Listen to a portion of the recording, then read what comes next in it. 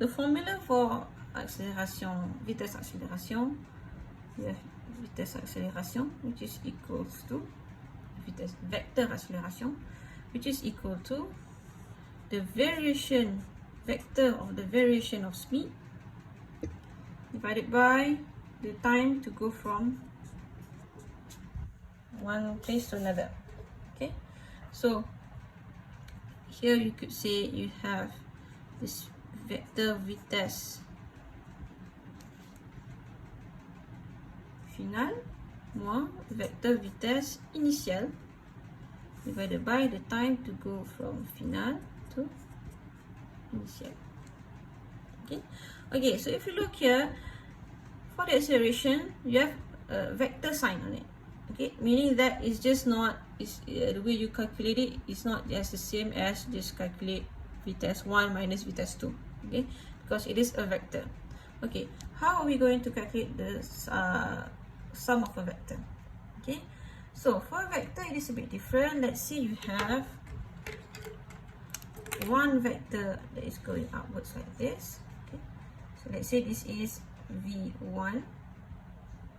Okay, and you have another vector. I'm just going to draw it a bit further away. Another vector which is going like this. Okay, so this is v2. Okay. If you want to calculate the sum of these two vectors, let's say you have vector v, which is equal to v1 plus v2.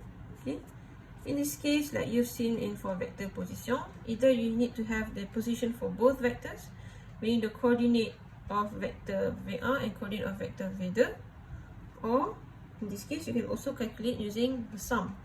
Okay, so when you do a sum of vector, you are going to put all these vectors, these two vectors together. So we are going to have, okay, let's say this is the parallel. So what I can do is I can bring vector 2 to vector 1. Okay, I'm going to form a triangle. So when you have two vectors, when you put it together, make sure the tail is connected to the head. Okay, or the head connected to the tail. Okay, you cannot connect tail and tail. Must be head to tail, tail to head. Okay, so either you draw your vector v2. Okay, we have to make it parallel and the same length. Okay, either the vector is going this way. Okay, so you have the same length here. What is the length here? 35. So I have to draw 35 as well. Okay, so this is my vector. Either draw it that way, or you bring it to this side so that it is connected to the tail here, like so. Okay, so I'm just going to leave it like this. Okay, so this is my vector v2. So then, if I want to calculate the sum, it is going to be the sum of these two. So I'm going to form the triangle here, like so.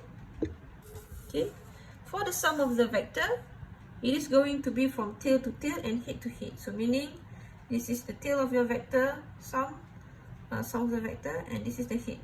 Voila. So for the vector sum is going to be head to head, tail to tail. For other vectors, it's going to be tail to head or head to tail. Okay, so then you could measure the value here. For example here, so I have here 48 millimeters. So this is the length of my vector, which is 48 millimeters. Okay, and then of course you can change it with a scale for you to get the value in meter per second. Alright, so same principle for variation here. So why we use variation? Because it shows that it is the minus. So when it is a minus, like here you have VF1VE, I could have one vector. Okay, I'm just going to use the same vector to show the difference. Okay, I have here, I'm going to bring it on this side. Let's say my VR is like this. Okay, so in this case it is going to be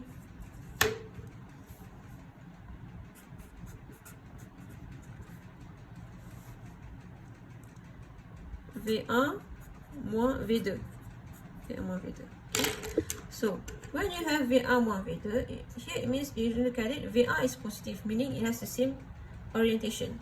Vector is negative, meaning that now instead of going that way, going this way, we have to change the orientation to the other way. It maintains the same value, same magnitude, same direction. It's just that the orientation change. Okay. So here, instead of having it going downwards, I have the vectors going upwards, and I'm going to draw that one. So again, the same principle, head to tail. The length of the vector was 35 millimeters, so I'm going to draw the parallel line to it,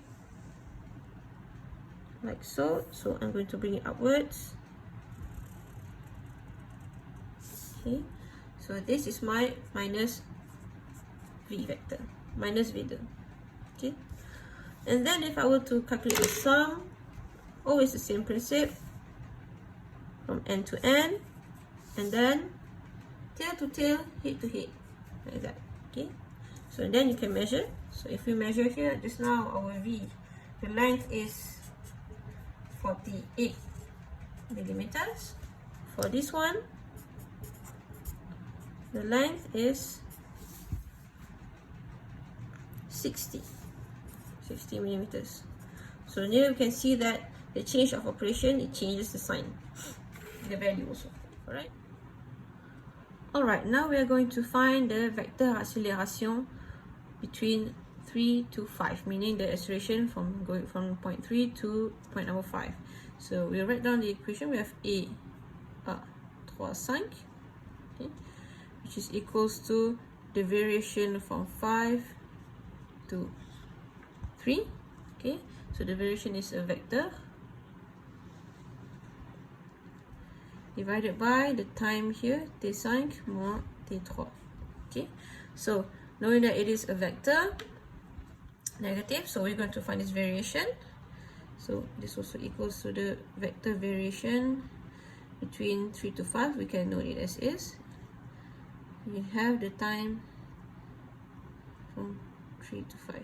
Okay, so we're going to draw it in our diagram. Okay, let's say here I have vectors V3, V3 comme ça, and here's vector V5. So what I'm going to do is I'm going to transpose or translate V3 to the other side, okay, making sure that if I have minus V3, meaning that my vector V3 is on the opposite direction or opposite orientation. Okay, it has the same magnitude, meaning the same length. It's just that it has the opposite orientation.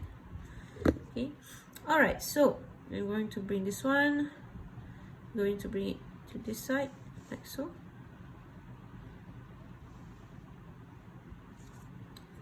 I'm going to just draw the line first, right?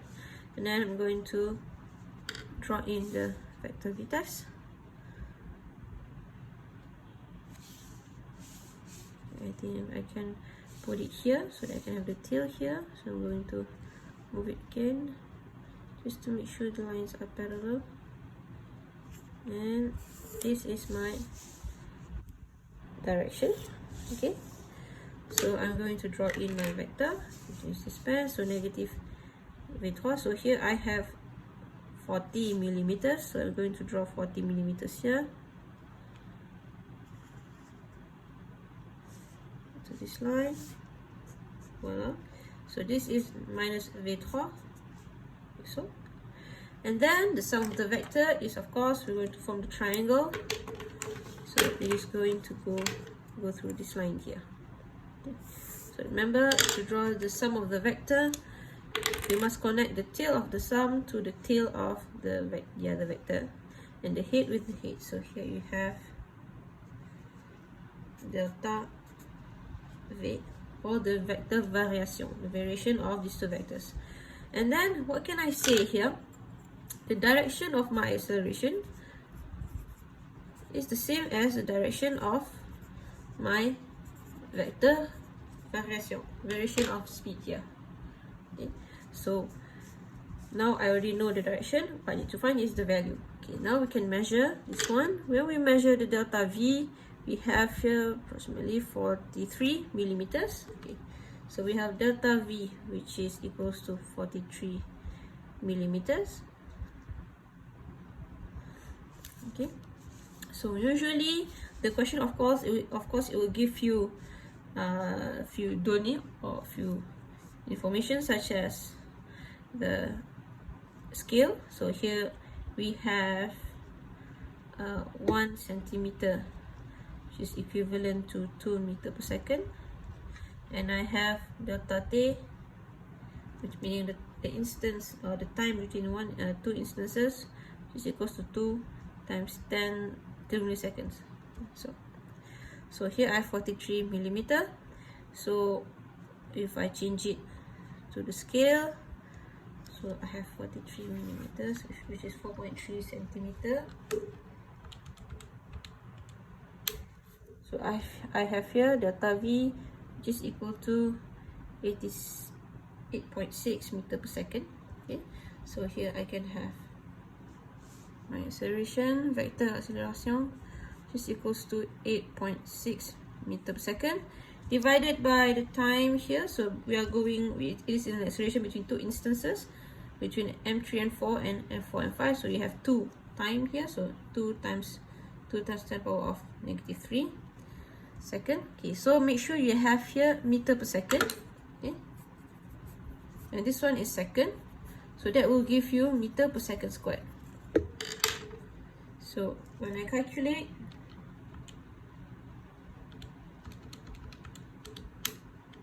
I have an acceleration of the acceleration is a bit exaggerated. I have an acceleration of 2150 meters per second squared, but this is because the time is very small, which is 0.002 seconds to go from one point to another. That's why the acceleration is a bit exaggerated, but it's okay. Alright, so I have my acceleration here. Now I can draw my acceleration on my graphic here, schema. So we need to have a different échelle. Okay, so we have échelle de l'accélération. It is different from the échelle of vitesse because échelle of vitesse is 4 meters per second. Here we have meter per second squared. Okay, so here we can, since it's a bit big, we can see 1 centimeter is equal to, let's see, 210 divided by 500. I can see that, or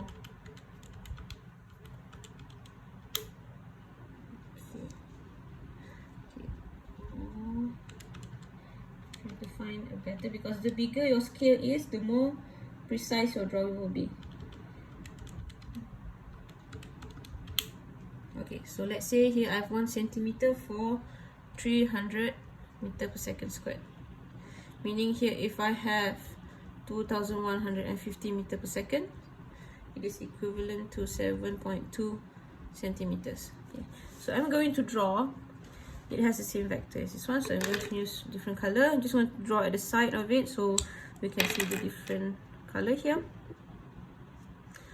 So I have 7.2.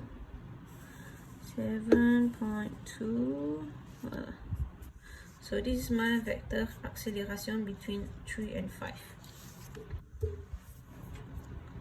There you have it.